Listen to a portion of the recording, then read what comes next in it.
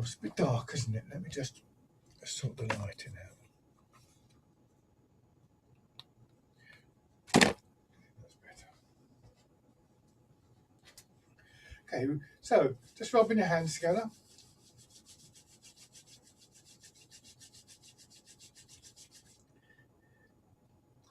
And then tapping over your face.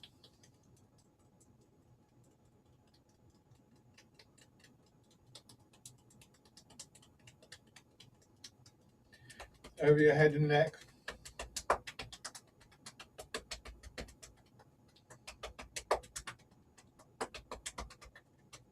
Down to one shoulder and your arm.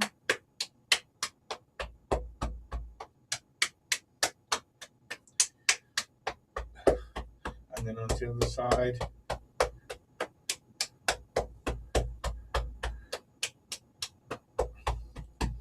Upper part of your chest.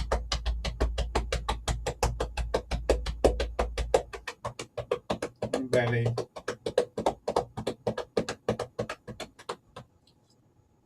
And your legs.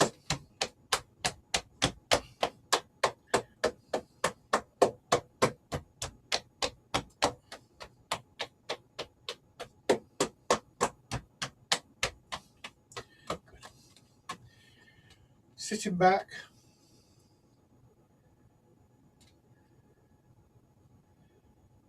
A couple of slow, gentle breaths.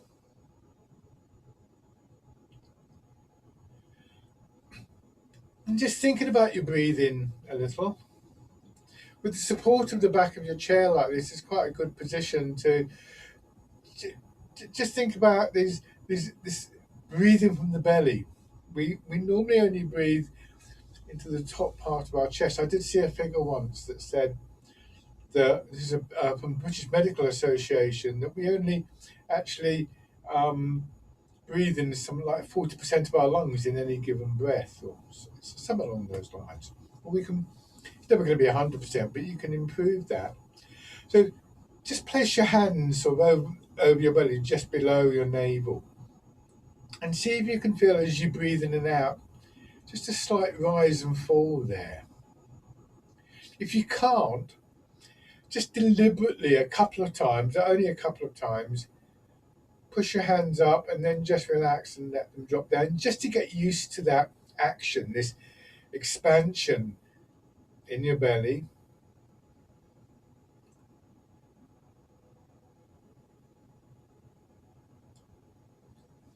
And then try the same thing just below your ribs, so on the solar plexus. It's usually a bigger movement there as well.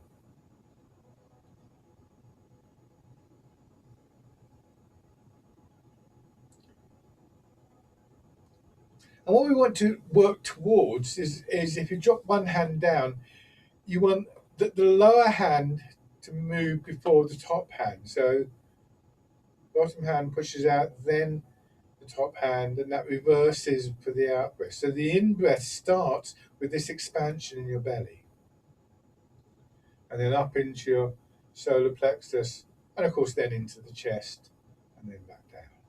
Another way of trying this incident is to lay on your back and do it.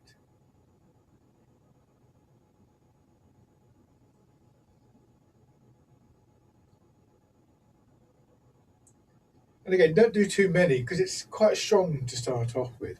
Now come to the upright position.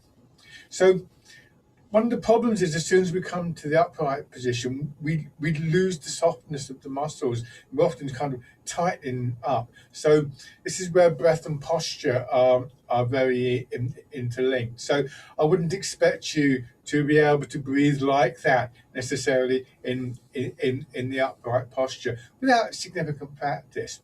But it's something to move towards, I think. And just something to be aware of and to practice just a little bit. It also fits in with this idea. I mean, I've been talking about how something like the wild goose, your belly expands, your solar plexus expands, and of course, if we were doing this with the breathing, that would be with the in breath. So it's not just posture and breathing that are interlinked; it's posture, movement, and breathing. And for some people, looking at the breath can be quite a useful thing. If you're one of the people who are thinking, I'm not sure about this, then don't bother. Just let your body breathe naturally. So go through the routine of just adjusting your posture about a third of your weight forwards, hips dropping back, rib cage and shoulders dropping. So you can just feel from within your body this stronger quality. And that's one of the things, this adjustment to the posture and the development or the recognition of that support from within the body actually helps to release tightness in these muscles. You don't feel quite so sort of needful of the tension and the stiffness. And that can help you breathing, of course. And then just turning your head. So at any given point in any of these exercises, you might decide to do the movement with a certain pattern in your breathing. Sometimes I will offer breathing patterns, but none of them should be chipped in stone. If you feel that your body is trying to breathe differently, do what your body is asking you to do. I'm constantly urging people to listen to their bodies, of course, and if there's no point listening to your body and then ignoring what it's trying to tell you. It's important that you don't restrict your breathing. I sometimes refer to my breathing while I'm doing the exercises, and if it's okay, that's fine. To be honest, if it's not, I just live with it. As long as I'm breathing, it's good.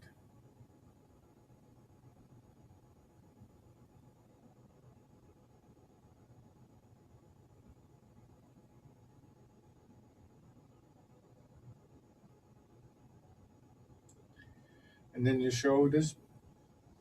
So, for instance, if it suits you, when we do this, if you think about it, here as your elbows come up, there's an expansion through your body. So that might be a natural point for you to breathe in. You might find you're going too fast or too slow in the movements. And if you do want to coordinate breath with movement, make the movements work at the pace of your breathing, not the other way around. And eventually everything will sort of harmonize.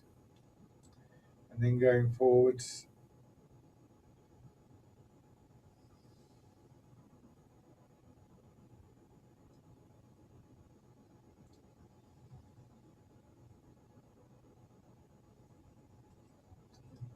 Hands out to your sides.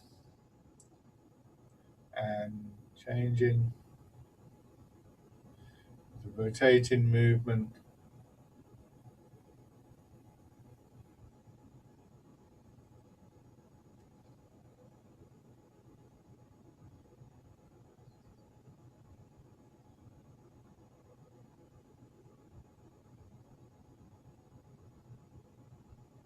It's nice and easy and gently.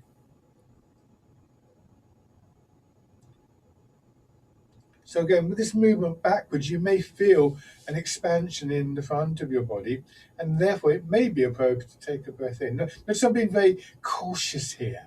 May be appropriate. I don't want you to think that you have to breathe in a particular way or to a particular pattern. Remember, movement, breathing, posture are all interlinked. And really, we should try not to interfere with our breathing too much. Better to work with posture and movement and let your breath follow on naturally from that. And then wind it around.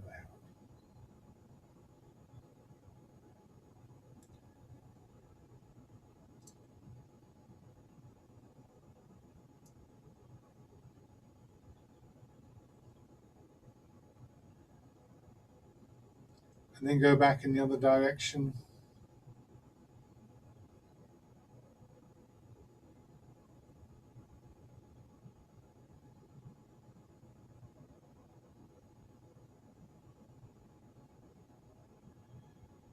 Rest your hands. Now, ease forwards. What you may notice when you lean forwards is that this front part of your body, from your chest right down into your belly, relaxes a little bit. It's one very common postural habit, and it's quite a hard one to get away from, is this stiffening up, this tightening as we come to the upright position.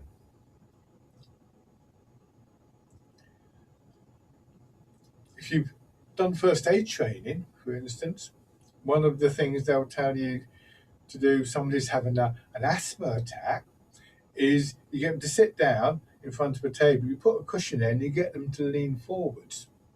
If you watch athletes when they've run a race, they'll often lay down on the ground, lean forwards, because those are all positions where we're less likely to stiffen up in the belly and the solar plexus, less likely to restrict the breathing. So one of the really important keys to getting your breathing correct is to really think about how you're coming to the upright position. And of course, the two principal factors here. One is the push from your legs. The other, more subtle really, is this feeling of your hips dropping back. If you imagine somebody sitting beside your chair and you've got a belt on, and as you go forwards, they're hanging on to the belt, pulling you back. So what happens is, if that's where your hips are, where my elbow is, if I pull my elbow down, see how my hand comes up? That would be my head. And for me, this is one of the really crucial elements in Tai Chi. One of the lovely things about the posture is how we gradually learn to come upright in this way without straining.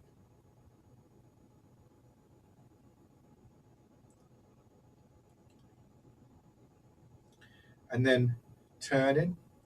That also means that this upright posture is a good one for developing the flow of the movement. It's not just the breathing that is helped by good posture, which of course the breath is a form of movement, but circulation of blood, circulation of energy, and so on and so forth. So it's one of the reasons posture is such an obsession in Tai Chi.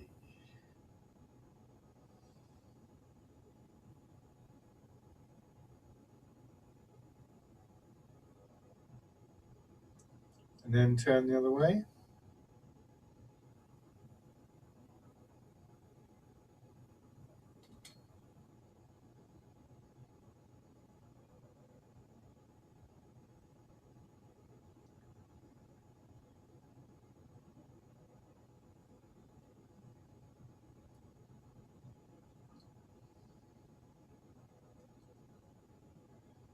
And then going around.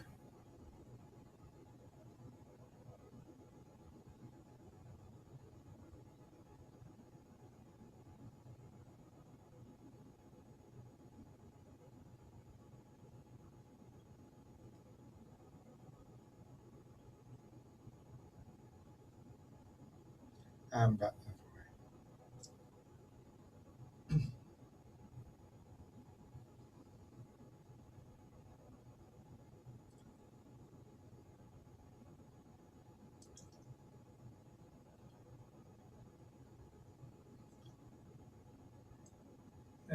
And then raising your heel, push out, heel, toe, a gentle press into the floor and back.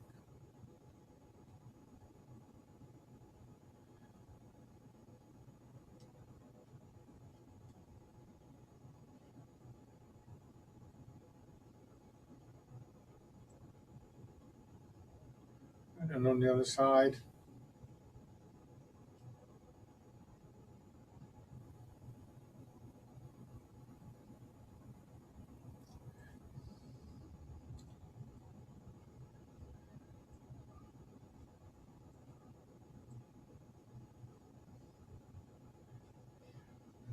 So again, just to remind you, with the breathing, almost like you could imagine that your lungs are down in your belly. When we're sitting back, sitting right back in the chair, that is really helped by the support that your back has. But when you're slightly forwards, you don't have that direct support from the back. So again, emphasizing the importance of the support from underneath, from your hips and from your feet. And if it suits you, every now and then, just think about that, particularly when you come to an upright position like this. Maybe just pause and take a breath in if that suits you to do that.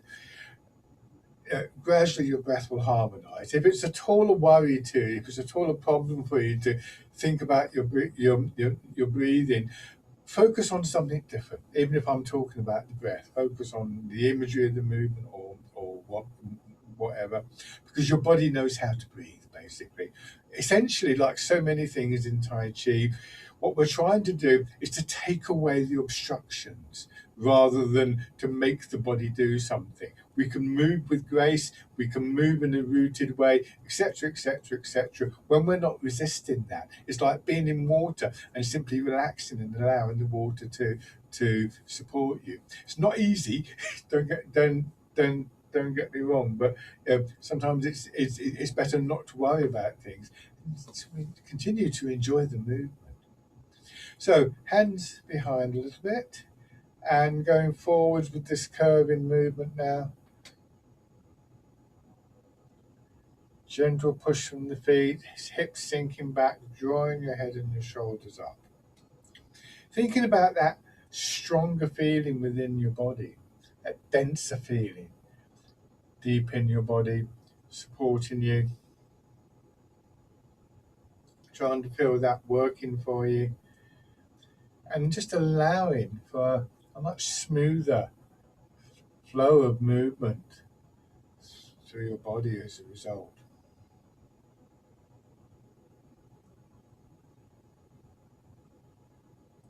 Not just a smoother flow, but a more connected flow. Tightness in, say, your belly, tightness in your shoulders, tightness in your knees. Well, that like a dam put across a river. They'll block the flow. So the more we can be aware of and release those areas that are tight and stiff, the more this connected, flowing quality and stronger quality as a result just naturally builds.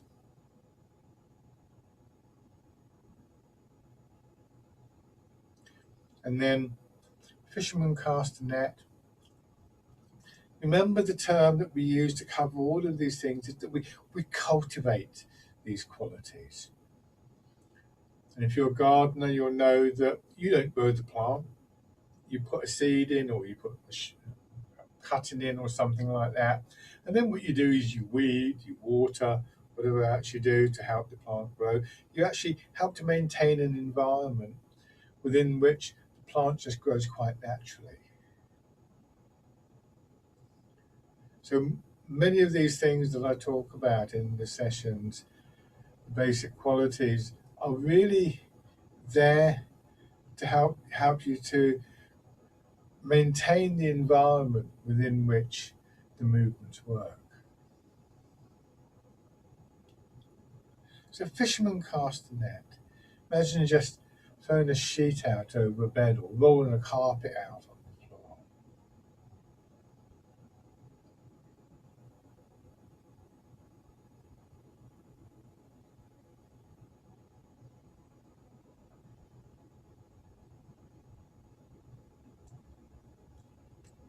And then coming over.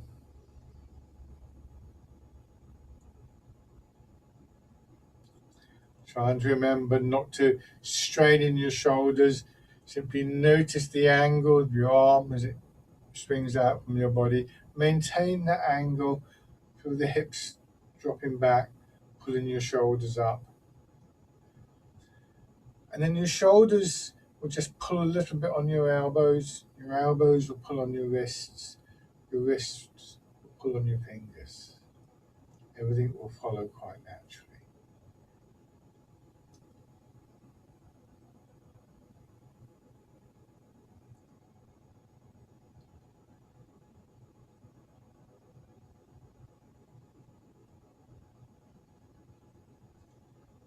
Coming up, turning your hands palm in and feeling a slight contraction across your upper back, and an opening in your chest, and then this folding in of your rib cage.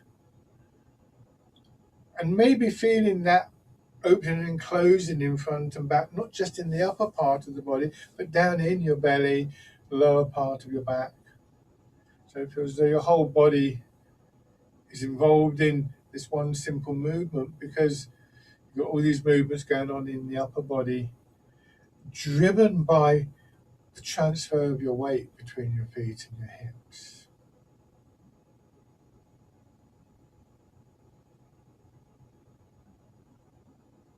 So this pigeon spreads its wings.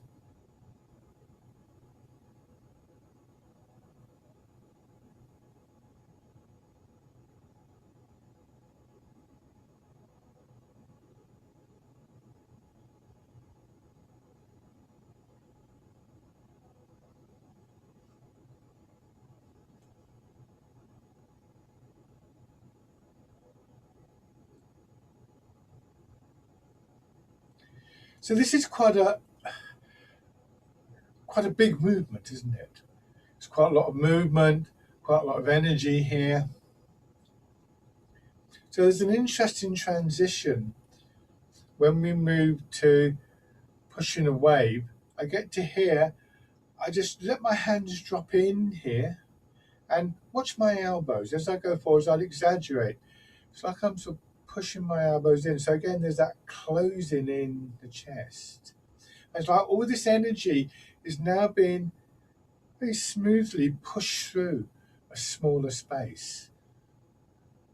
And that gives it a stronger feel. And along with the name of the movement, we're pushing a wave or pushing a boat, so the intent behind it gives a significantly stronger quality that starts to develop.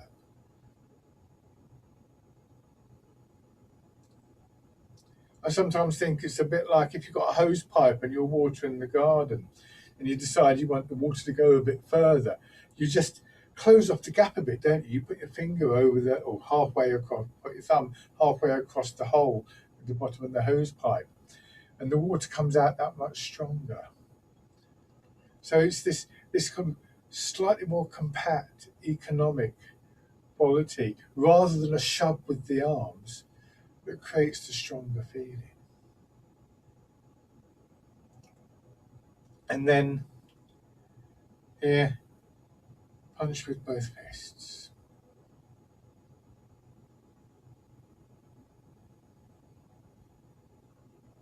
And here we have quite a strong rotation in the hands again, and the arms. And of course, we recognize from some of the earlier exercises the significance of what's happening in chest and upper back. So again, engaging more of the body in the movement.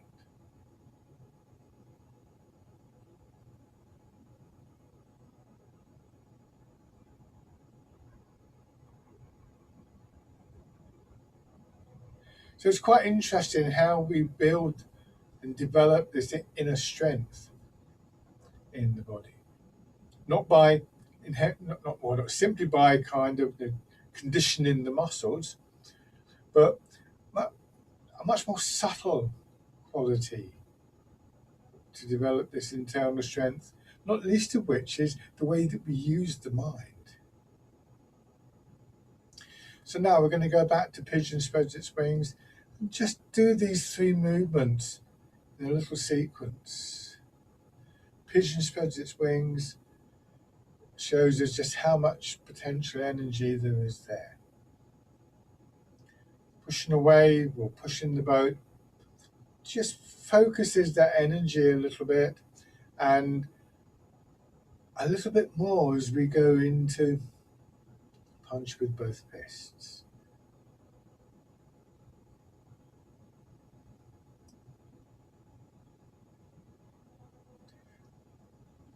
All movements are driven by the same action: hips, feet, pelvis, legs, transfer of your weight.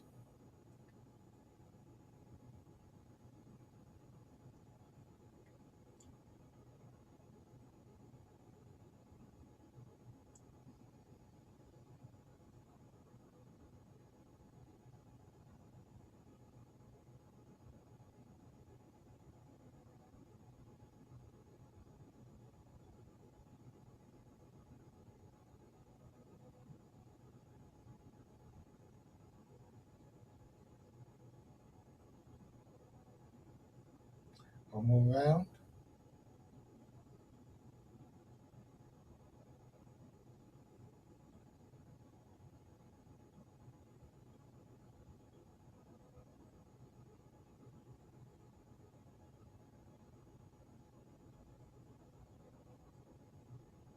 So after this one, we'll change, winding the hands out.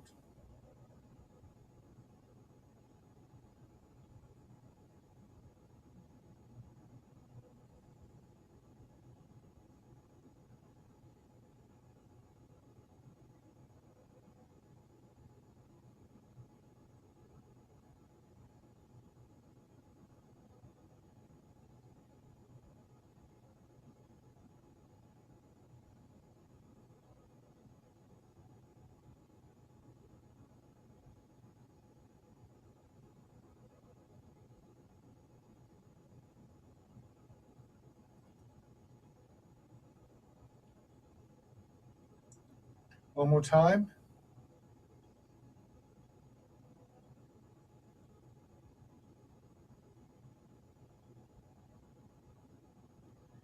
And change. Gentle push down through your feet and your hips, and expansion upwards between hips and shoulders, and then contract.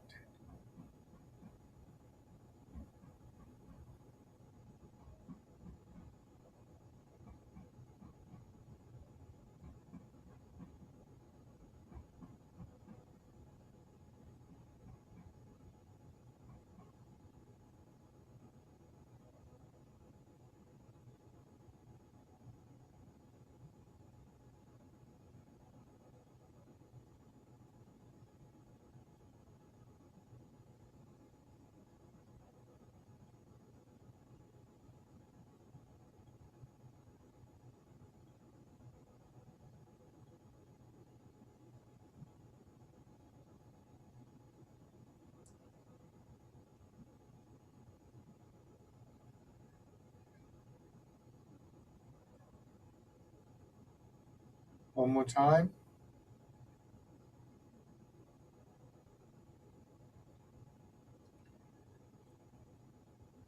And then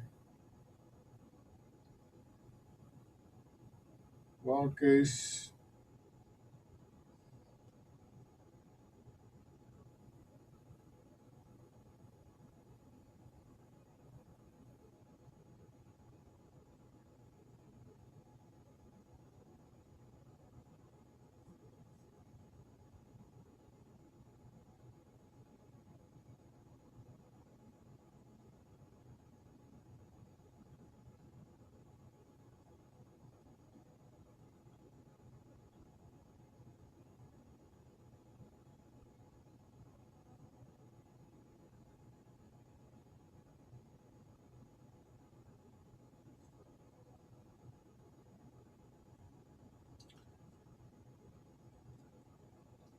And knees forwards.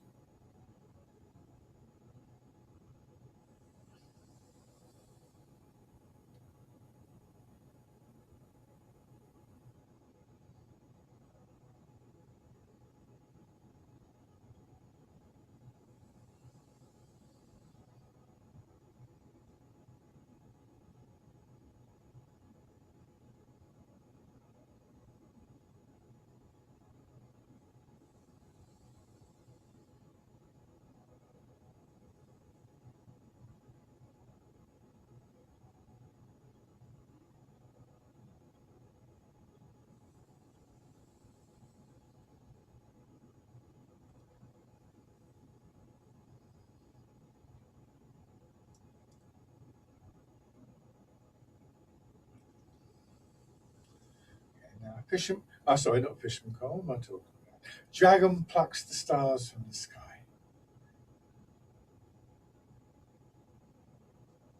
Expanding, contracting.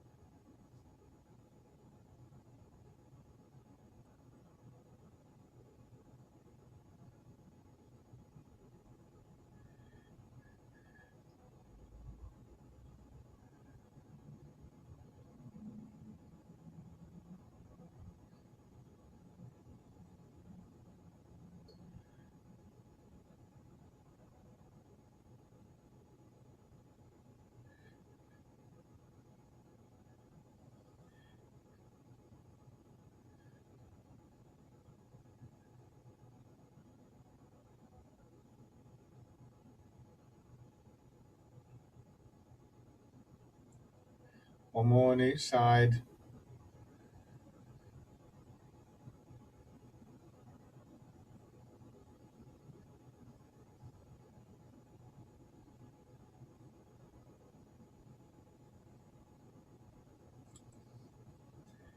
And then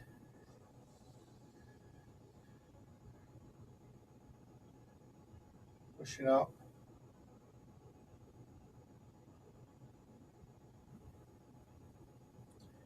And out.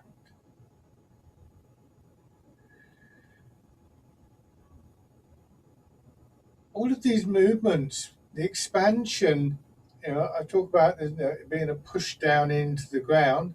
Another way of thinking about it is imagine you've got a ball here in the center of your body, and the ball expands and then contracts. And like when you blow a balloon up, for instance, imagine your hands either side of the balloon. It'd be very hard to resist. So it's quite a strong movement. And significantly, it goes in all directions.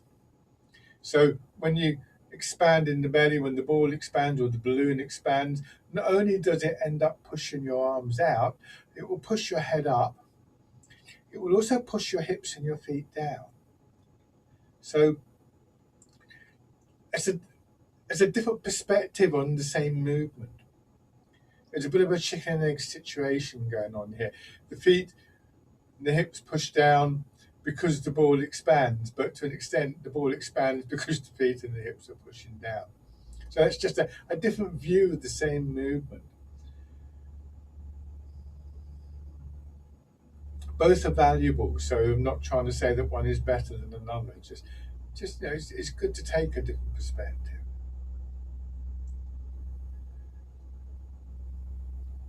And the good thing about that idea of the ball in the belly is if you are interested in sort of deliberately bringing your breathing into the practice, and of course the expansion beginning here is exactly where we wanted the expansion to begin for the in-breath. So there's a connection there.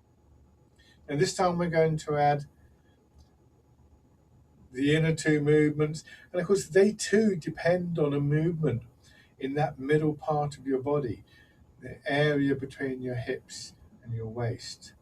So it becomes a very important, a very primary focal point for us.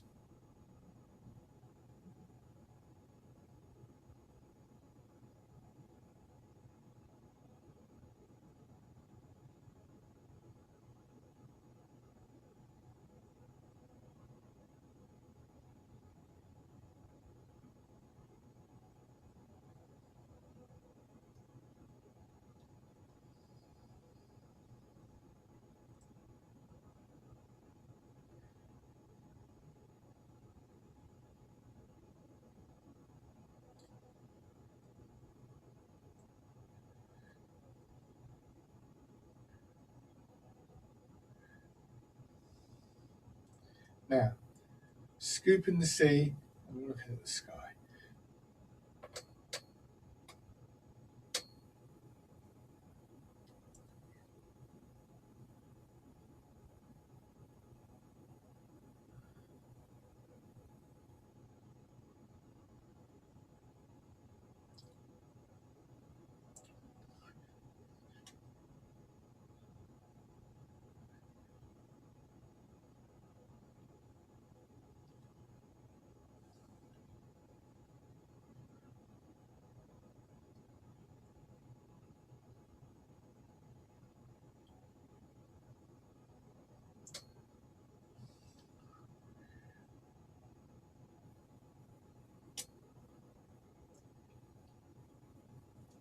Again, feeling how your hips dropping back, draw you up.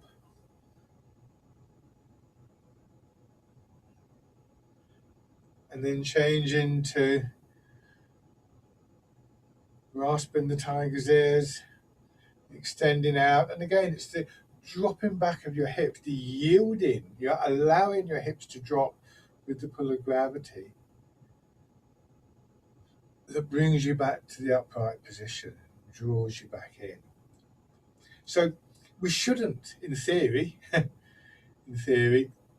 have to strain for the hips to drop. allowing something to drop generally isn't a problem. We drop things all the time, don't we? Keys, pens, all sorts of stuff. It doesn't take any effort to drop something.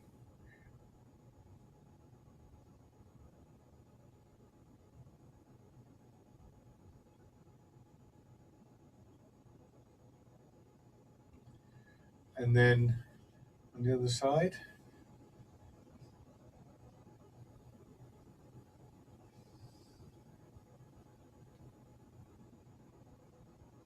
it's why it's sometimes the phrase sometimes used to describe this dropping back of the hips is letting go.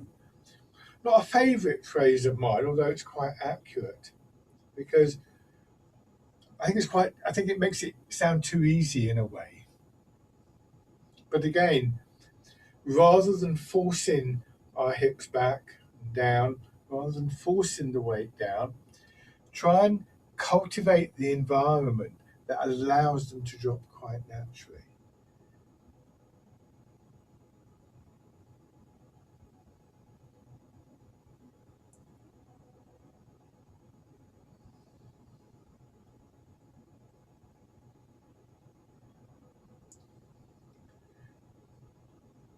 And then changing. So again, we find that the approach that we take to developing these movements and to developing the practice has a different quality itself to it, to how we might normally think of a sort of developing a particular exercise or something like that. Hence the term cultivation.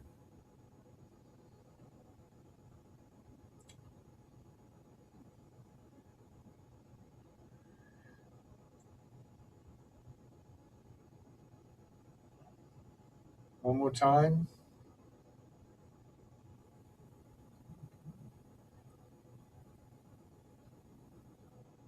And then I'm going to go back just to a consideration of this upright quality that I was talking about before. Structurally, we're not so different to a cat or a dog. Almost all mammals spend quite a lot of time on all fours. Even our closest relatives, the great apes like the chimpanzees and the orangutans, spend a considerable amount of time on all fours. And because coming upright is quite difficult, because gravity is trying to pull you down, and when you're upright, you've only got these two legs to stand on. So how we come upright is hugely significant. And if we can get that sense of dropping down and using a kind of leverage thing to come up, then we start to get that lovely kind of open, expansive quality that is very characteristic for Tai Chi. But if we're struggling against the pull of gravity, then we're not going to get that. I was given a very, very vivid example of this some years ago. I had a very elderly gentleman come into one of my classes. He came with his wife, and he was quite bent over. But he had a kind of echo, and I always had a feeling that if I'd known him in his younger days, he would have been a very kind of what I think of as elegant. I somehow always had this image of him wearing a cravat and a sports jacket, being very upright and open. I can't quite explain why, but he had that air about him. His wife used to tell me how ill he'd been. She said he'd nearly died, basically. So he had been very, very poorly. And she asked me to go out and do a private class with him. And of course, it was the last time I saw them. And his wife was terribly worried about him. And she was in the room with us, and she was very kind of clingy. You can understand why. And she kept kind of trying to chill him on. And he was quite bent over. And at one point, I put my hand very gently on the base of his spine. He was standing, another hand on his chest, and I had to be very, very careful. I pushed down on the base of his spine, and just guided him up. And his hips dropped. I felt his hips drop, and his wife, bless her, burst into tears, because she said to her he looked 10 years younger. I couldn't see that difference. I didn't know him well enough, but it was though a decade of illness had kind of, just for a few moments, had dropped off him. And I was really struck then that what had happened was I wasn't holding him up. He was holding himself up. I just kind of guided him, but it actually dropped his hips, and he'd lost that struggle against the pull of gravity. And I always remember that as thinking how important that was. That was, and how important it is for all of us, because we often, as we grow older, we often get bent over. It's as though that struggle with the pull of gravity is tiring us out. It needn't be a struggle. So when we come to the standing position, think about that a little bit. I'll go back to that. But before we do, as always, just rubbing your hands together and tapping over your face.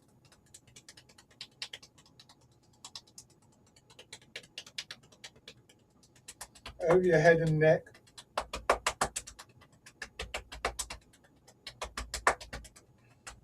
Down to one shoulder. And you're up.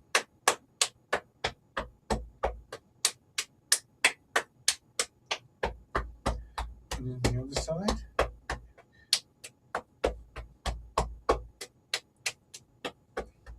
And the upper part of your chest. Your belly. And then your legs.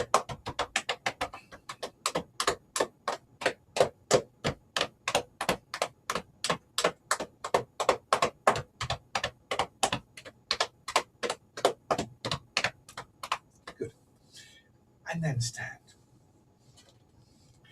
So for some of what I'm going to do, I really would recommend using a chair for support, because they're quite subtle exercises. I'm going to move the chair. It's quite difficult for me to sort of move around and demonstrate. I'll keep tripping over the chair, but it's worth having that little bit of extra support. So what we want to try and do is avoid this straining to come upright. You will lose that fight. Gravity is an overwhelming force, but very typically of Tai Chi, the way Tai Chi works as a martial artist, it doesn't meet force with force. What it does is guide that force. So you might think of somebody sailing a boat, that they don't set the sails so that the wind blows the boat over.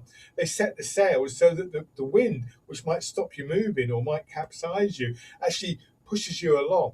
So how you adjust the sails is very significant. And in the same way, how we bring about these adjustments in the body is very important. So I'm going to exaggerate everything, and just take on board as much of this as you can, and gradually work with it. It's quite interesting. So we've done the exercise for rocking forwards and backwards, and so if I come forwards, I'm exaggerating this. Can you see how I'm angled here? Now, what will happen eventually is that gravity will pull me over. And a very common response to this is to do this, is to pull the shoulders back. Now I'm just straining my back. But if I can focus on this part of the body, so hips and lower back, if I can just let my hips drop back, notice what's happening to my head. So pelvis is tilted slightly forwards, hips are coming up, pelvis drops back, hips drop back and down, and my head comes up. You can imagine the sort of pulley cord lines from your hips to your shoulders, from the tail of your spine to the crown of your head. It's coming up. Now, it takes quite a lot of time to condition your body to be able to lose, but particularly strong in your legs, of course. But another thing that needs to happen is that my pelvis needs to be quite loose. If it's not, then simply sending my hips backwards is going to pull me backwards, because your pelvis tucking under adjusts the distribution of your weight. This is putting my weight back into my heels, whereas this, the pelvis tucking under, redirects my weight into the point just behind the ball of my foot. It's a very, very simple idea, and it's simply using the pull of gravity. very simple but very difficult. But the difference is really quite profound. I'm not suggesting that we will all instantly lose 10 years, but the difference between this and this, again, very significant for your breathing, of course, but for everything, and just how you feel about yourself. If life is a struggle, if it's you're struggling to stay upright, then mentally everything becomes a struggle, doesn't it? So there's something to think about in the long term with your posture. Again, all this is very exaggerated. So my weight is slightly forwards. I'm leaning forwards a little bit. Let my knees soften. I let my hips soften and drop back. And that brings me to the upright position. Essentially, what I'm asking you to do is to relax rather than strain to be upright. And this is where this is your friend. Because why should you relax when you feel as though you're going to fall over? It simply isn't feasible. So hold on to something, give yourself that support so that you're confident and think, well, try it. So I might say, oops. As soon as you do that, you're going to tense up and you'll be less inclined to do it again. Here, there's a lot of trial and error in this, getting the right position and allowing the hips to drop back. You're not going to get it right first time. And so having that little support encourages you to carry on. And of course, it does mean you're less likely to fall over, which I don't want you to do. So have a think about that in terms of your posture. Just as when we're in the chair, as that happens, we can get a feeling of our rib cage dropping, our shoulders dropping. And again, we start to become aware of this stronger quality within the body. Like if you relax in water, you become aware that the water is buoyant, it will support your weight. And so doing these things is an encouragement towards feeling that stronger quality, which in its turn encourages you to let go a bit more because you don't feel under threat so much. So then sinking down and pushing up. It's very difficult to maintain this. So don't get frustrated if you feel that you're kind of somehow not keeping this. It's fine.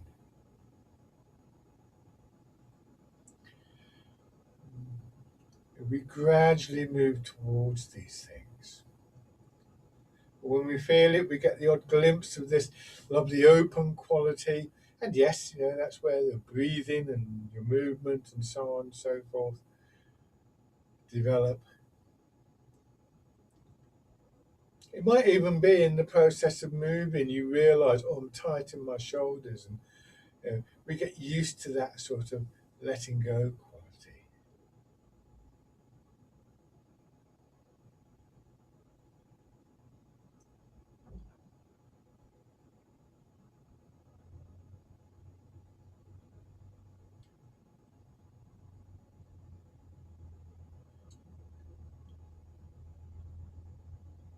And then wild goose.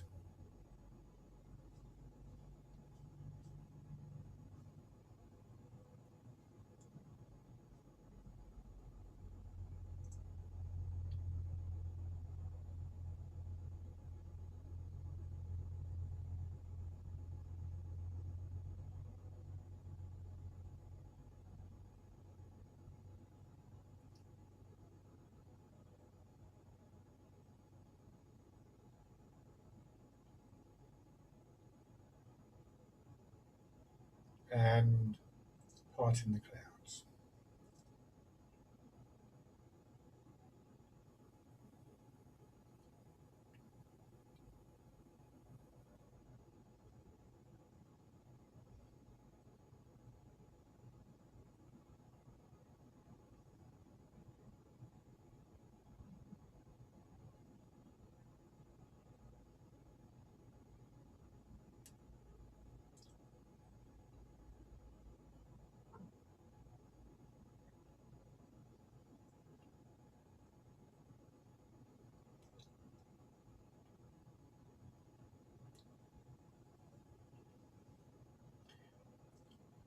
Okay, now have 1 foot forward, slightly angled. We're going to do the standing version of scooping the sea and looking at the sky.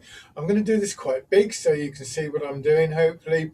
But go very carefully on your back and your knees. The main thing I want you to focus on is this action of movement, this tilting of the pelvis. So I start in my back foot and I tilt the pelvis forwards. So again, I'm leaning forwards, but this time I can allow my weight to move into my front foot. Let me go to the side of it. I can allow my weight to move into the front foot. So I can use the pull of gravity to help me go forwards. But if I go too far with that, I'm going to fall over. Or at least I'm going to start stumbling around. So as I get to about here, as my weight arrives in my front leg, once again, I let my hips drop back, and that brings me upright. The other thing that it does, as I said before, is the action in the pelvis. It sort of pushes my weight into that point just behind the ball of the foot. If I'm here and I do this, it brings my weight back a little bit. So again, the pull of gravity actually helps me to settle into this leg. And then I go back, and this time I use the arms. So follow along with this, tilt forwards, go forwards, just allowing your hips to drop back. See how that both settles you into your foot and brings your head, your shoulders, and indeed your arms upright. And then once again,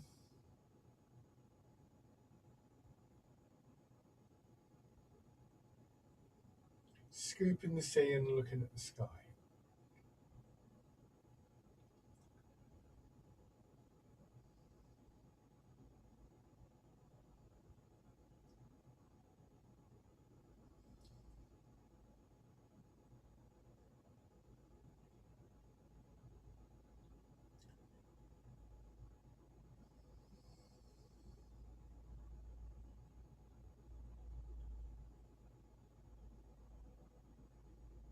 Good, and then try with the other foot forwards. Start in your back leg, tilt forwards. Just do it without the arms a couple of times.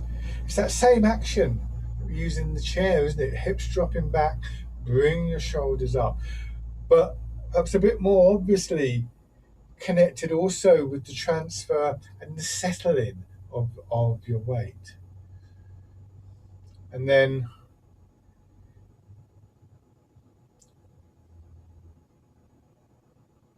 scooping the sea and looking at the sky.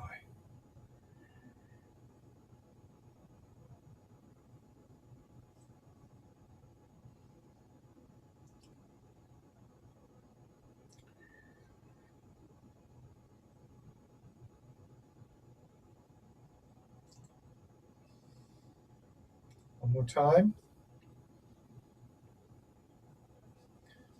Now, so 1 foot forwards, transferring the weight. And even though we're not tilting forwards here, gravity's still working on your hips. So gravity will still help you to settle each time.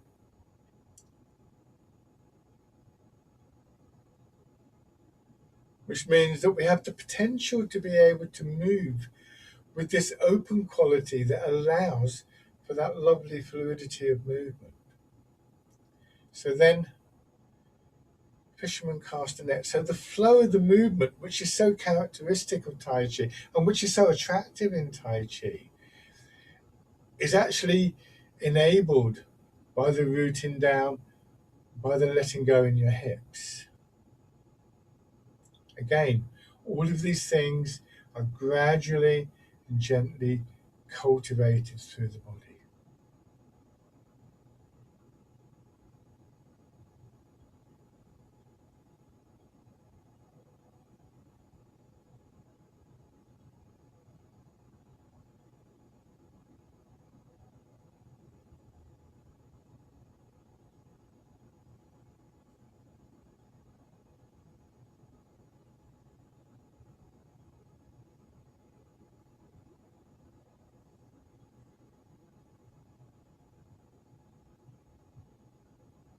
Good. And then on the other side,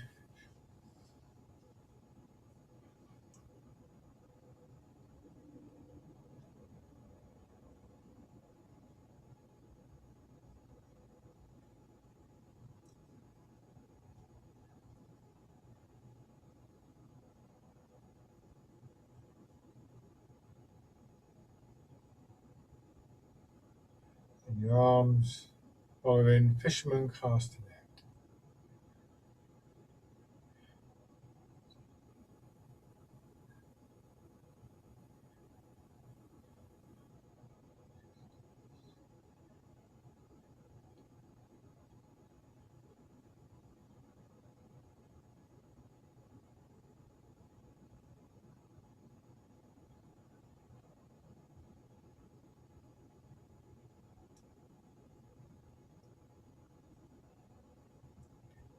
And then shake out. So go back to your chairs. So again, quite detailed there, but it's worth thinking about these details. I think this way of coming upright that we have in Tai Chi, for me, it's one of the most amazing things about Tai Chi. It's such a simple idea, difficult but simple. The change from this to this, and the effect that that has on both mind and body really is quite kind of remarkable. I think we can just begin to remind ourselves every now and then that we don't have to struggle.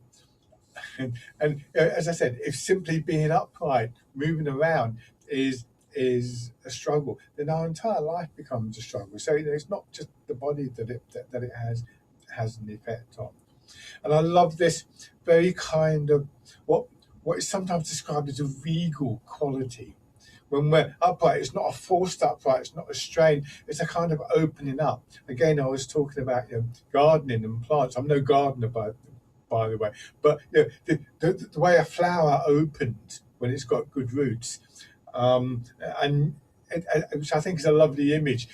This sense of you opening up in the same kind of way. So it's worth thinking about these things. So let your hands drop down, and then embrace tiger, return to mountain. The returning to the mountain doesn't lose that quality. It kind of leaves it behind.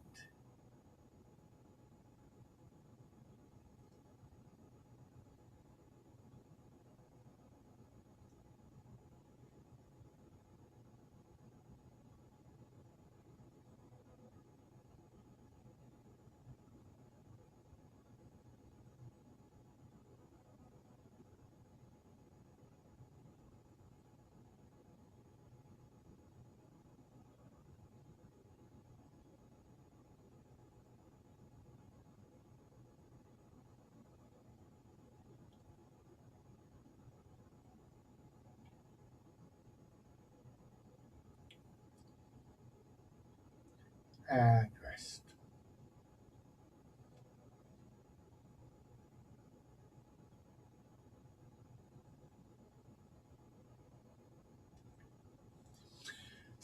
Lovely. Thank you very much, everybody. So I shall leave you with that lovely image of the flower opening and wish you luck with that. See